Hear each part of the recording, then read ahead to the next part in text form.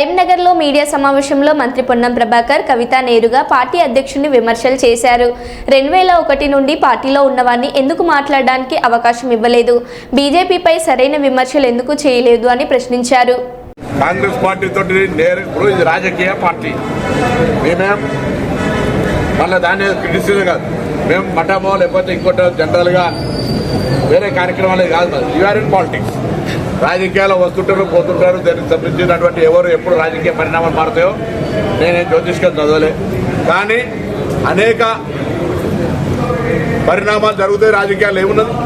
కాబట్టి ఇప్పుడు ఆ అంశంకు ప్రస్తావన చేయకుండా కవిత గారు నేరుగా పార్టీ అధ్యక్షునిగా మొన్న జరిగినటువంటి సింహగర్జన సందర్భంగా 2001 నుంచి పార్టీలో ఉన్న వాళ్ళకి ఎందుకు అవకాశం ఇవ్వలే, అదేవిధంగా భారతీయ జనతా పార్టీ ఎందుకు టార్గెట్ చేయలే, కార్యకర్తలను కలవకుండా ఎందుకు దూరం ఉంటా ఉన్నారు, భారతీయ జనతా పార్టీ ఎందుకు లోపాయకారిగా ఒప్పందంలాగా మౌనంగా ఉంటున్నారనే అంశాలకు జవాబు చెప్పాలి ఇటు టీఆర్ఎస్ పార్టీ అటు బీజేపీ పార్టీ అని డిమాండ్ చేస్తాం. పిటిషన్ ఇచ్చినారు, ఇది బాంబులతోటి పేల్చినారు కావచ్చని ఎంక్వైరీ కమిషన్ వేసిన రిపోర్ట్ నా దగ్గర కూడా ఉంది. నేను కూడా కాళేశ్వరం విజిట్కి అయినా అన్నాడు ఉత్తరాబాద్ అభ్యర్థిగా, ఎక్కడ కూడా అటువంటిది లేదు, అంత లోపలికి దిగి బాంబు పెట్టే అవకాశం లేదని ఆనాడు ఆ కమిటీ తీర్మానం వెరిఫికేషన్ పోలీస్ ఇన్స్ట్రక్షన్లు చెప్పినారు. ఇన్ని రోజుల తర్వాత మళ్ళీ ప్రజలను డైవర్షన్ చేయాలని రేవంత్ రెడ్డి గారు కూడా నేషనల్ హెరాల్డ్ నోటీస్ వచ్చిందని, కాంగ్రెస్ పార్టీ అంతర్గత రాజకీయాలు చూసేదో విభేదాలు ఉన్నాయని, కాంగ్రెస్ పార్టీకి నువ్వు చెప్తే కాదు, కాంగ్రెస్ పార్టీలో అంతర్గత ప్రజాస్వామ్యం ముందు నుంచి ఉంది, భవిష్యత్తులో కూడా ఉంటుంది. అదే మా బలము మా ఐక్యత కూడా. మేము అంతర్గతంగా ప్రజాస్వామికంగా ఎన్ని మాట్లాడుకున్నా శత్రువు వచ్చినప్పటికీ ఏ విధంగా 2023లో మిమ్మల్ని మట్టి కనిపించడం చూసినారు. కాబట్టి వాటి జోలుకోకుండా పెద్దలు కేసీఆర్ గారికి వచ్చినటువంటి నోటీసు మీద అవన్నీ ఆరోపణల మీద నిజం తెలుసుకునే ప్రయత్నం చేయండి. కవిత గారు పేల్చిన బాంబుల మీద ముందు వాటికి సంబంధించిన డ్యామేజ్ ఏ విధంగా భారతీయ జనతా పార్టీ తోటి మీరు ప్రత్యక్షంగా మేము శత్రువులం, రాజకీయ పరంగా విభేదాలు ఉన్నాయని చెప్పగలిగే శక్తి ఉంటే దాన్ని క్లియర్ చేసే ప్రయత్నం చేయండి. అవేం చేయకుండా కాంగ్రెస్ పార్టీ నాయకత్వాన్ని విమర్శ చేసి గొప్ప సాధించుకున్నామని చెప్తే అది సాధ్యం కాదు అనే మాట సందర్భంగా మనం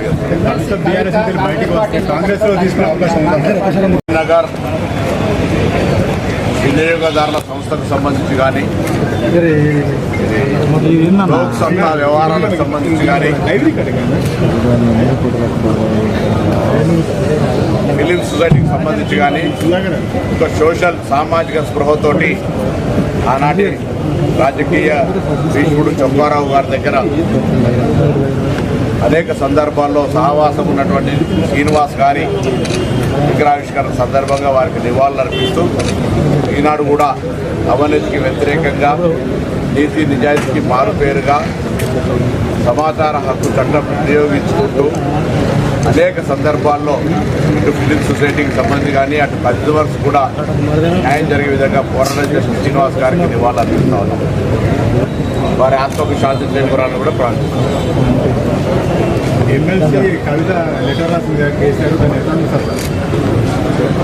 అంటే గతంలో తెలంగాణ సగటు మనిషికి ఉన్నటువంటి అనుమానము కాంగ్రెస్ పార్టీ చేస్తున్న ఆరోపణలకు బలీయంగా నిజ నిర్ధారణ జరిగేటువంటి విధంగా ఈరోజు కవిత గారి లేఖ ఉంది. కవిత గారు అడిగిన ప్రశ్ననే కాంగ్రెస్ పార్టీ టీఆర్ఎస్లోని కొంతమంది